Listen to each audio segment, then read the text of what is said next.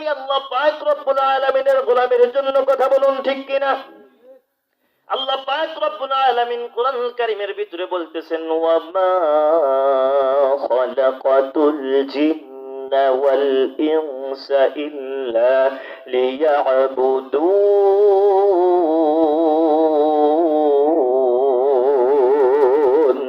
আল্লাহ পাক রব্বুল আলামিন ডাক দিয়ে বলতেছেন, বান্দারে আমি আল্লাহ পাক রব্বুল আলামিন তোমাদেরকে বানাইছি, আমি আল্লাহ পাক রব্বুল আলামিনের গোলামের জন্য, আমি আল্লাহ পাক রব্বুল আলামিনের দাসত্বের জন্য, আমি আল্লাহ পাক রব্বুল আলামিনের ইবাদত বندگی করার জন্য। এরে বান্দা, তোমরা যদি মনে করো আমরা আল্লাহ পাক রব্বুল আলামিনের ইবাদত করব কি জন্য, কারণ পৃথিবীর ভিতরে যে আসমান দেখা যাচ্ছে,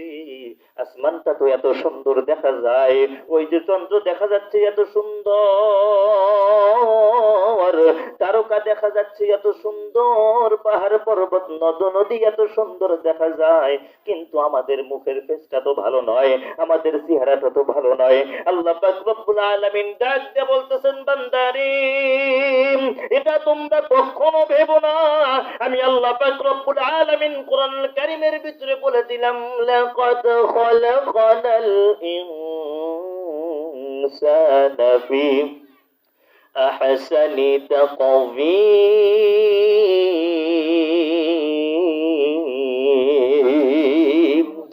আল্লাহ পাক রব্বুল আলামিন ডাক দিয়ে বলতেছেন, বান্দা আমি সৃষ্টি করেছি প্রথম আসমান, দ্বিতীয় আসমান, তৃতীয় আসমান, চতুর্থ আসমান, পঞ্চম আসমান, ষষ্ঠ আসমান, সপ্তম আসমান, লৌহে মাহফুজ মাশরিক থেকে মাগরিব। আমি আল্লাহ পাক রব্বুল আলামিন तमाम পৃথিবীর ভিতরে চন্দ্র বানাইছি, সূর্য বানাইছি, আমি আল্লাহ পাক রব্বুল আলামিন যা কিছু সৃষ্টি করেছি না কেন বান্দা, আমি আল্লাহ পাক রব্বুল আলামিন সবচেয়ে সুন্দর করে আমি আল্লাহ পাক রব্বুল আলামিন তোমাদেরকে সৃষ্টি করেছি। সারা পৃথিবীর ভিতরে যা কিছু সৃষ্টি করেছি না কেন, আমি আল্লাহ পাক রব্বুল আলামিন সবচাইতে সুন্দর করে আমি আল্লাহ পাক রব্বুল আলামিন তোমাদেরকে সৃষ্টি করেছি।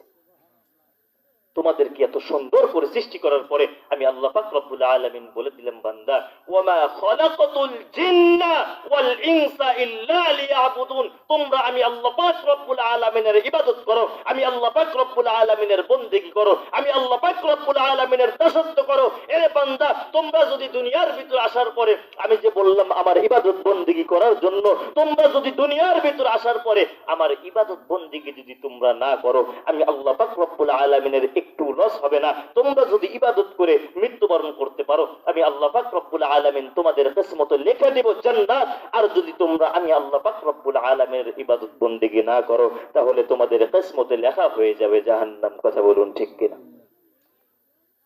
আল্লাহ পাক রব্বুল আলামিন ডাকতে বলতেছেন, বান্দা আমি আল্লাহ পাক রব্বুল আলামিন তোমাদের জন্যই জান্নাত বানাইছি, তোমাদের জন্যই জাহান্নাম বানাইছি। এরে বান্দা, আমি যদি সকলকে যদি জাহান্নামে দেই আমার কোনো লস হবে না, আর যদি আমি সকলকেই যদি জান্নাতে দেওয়ার জন্য নিয়ত করি, সকলকেই জান্নাতে দেব, আমি আল্লাহ পাক রব্বুল আলামিনের জান্নাত কমতি হবে না। আল্লাহ পাক রব্বুল আলামিন ডাকতে বলতেছেন, বান্দারে তোমরা যদি আমি আল্লাহ পাক রব্বুল আলামিনের ইবাদত বندگی করো, আমি আল্লাহ পাক রব্বুল আলামিন তোমাদেরকে জান্নাত দেব। আর যদি তোমরা আমি আল্লাহ পাক রব্বুল আলামিনের ইবাদত বندگی না করো, তাহলে কিন্তু তোমাদেরকে জাহান্নামের ভিতরে যাওয়া লাগবে। এরে বান্দা, আমি কিন্তু সব কিছু তোমাদেরকে বলে দিলাম, বলে দেওয়ার পরে তোমাদেরকে আমি ইবাদত বندگی করতে বললাম, কিন্তু তোমরা দুনিয়ার ভিতরে আসার পর তোমরা একটু শরীরের ক্ষমতা পেয়ে গিয়েছো, তোমরা একটু সম্পদের ক্ষমতা পেয়ে গিয়েছো, তোমরা একটু চেয়ারের ক্ষমতা পেয়ে গিয়েছো, পাওয়ার পরে তোমরা আমি আল্লাহ পাক রব্বুল আলামিনকে ভুলে গেলাম। আল্লাহ পাক রব্বুল আলামিন বলতেছেন, ইয়া আইয়ুহাল ইনসানু মা গাররাকা বিরাব্বিকাল কারীম।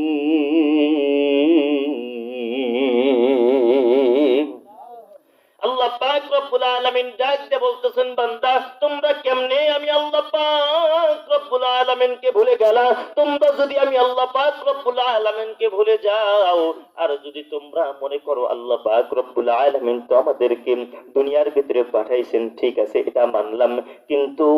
আমরা তো আমাদের শরীরের ক্ষমতা আছে আমাদের সম্পদের ক্ষমতাও আছে আমাদের সিয়ারের ক্ষমতাও আছে আমরা এই সম্পদগুলোকে ব্যবহার করে আমরা কিয়ামত পর্যন্ত দুনিয়ার ভিতরে থাকব আল্লাহ পাক রব্বুল আলামিন ডাকতে বলতেছেন না রে বান্দা না الذي خلق الموت والحياة ليبلوكم أيكم أحسن عملا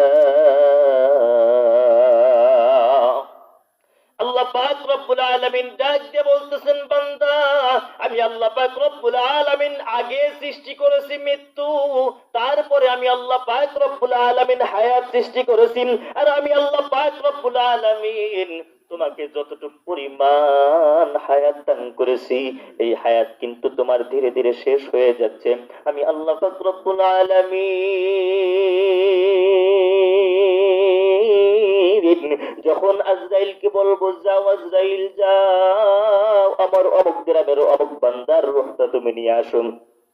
এই কথা বলতে দেরি হবে বলার সঙ্গে সঙ্গে হযরত আজরাইল আলাইহিস সালাম তোমার সামনে গিয়ে দাঁড়িয়ে যাবে দাঁড়ানোর সঙ্গে সঙ্গে তুমি যদি বলো ভাই আজরাইল আমি কিন্তু কোটি কোটি টাকার মালিক আমি কিন্তু কোটি কোটি টাকার মালিক ও ভাই আজরাইল এই যে নাও 5 কোটি টাকা তুমি একটু যাও আমার কাছ থেকে দূরে চলে যাও এই 5 কোটি টাকার বিনিময়ে